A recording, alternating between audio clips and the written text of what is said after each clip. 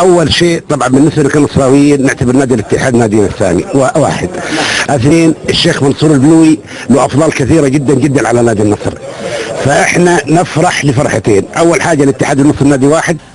انا والله الان وقفتي مع النصر، وهذا كله وفاء واكثر وفاء للراحل عبد الرحمن بن سعود، لانه العلاقه علاقه ود وحب واحترام وتقدير متبادل.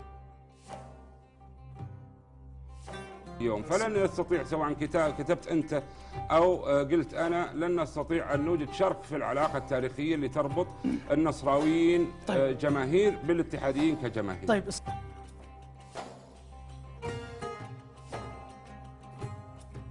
لا يستثيرك احد. يبدو ان الامير فيصل بن تركي يستثارك ونسيت كل النصراويين الاخرين. اتمنى حقيقه ان تذكرهم دائما وتضعهم امام عينك.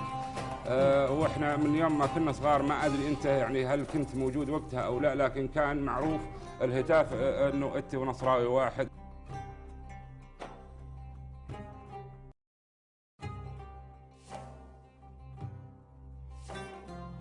الأخ عدنان جستنية طبعا تنرفز ربما من كتابة الأمير فيصل أو من مقولة الأمير فيصل، مثل ما أنا تنرفزت حقيقة.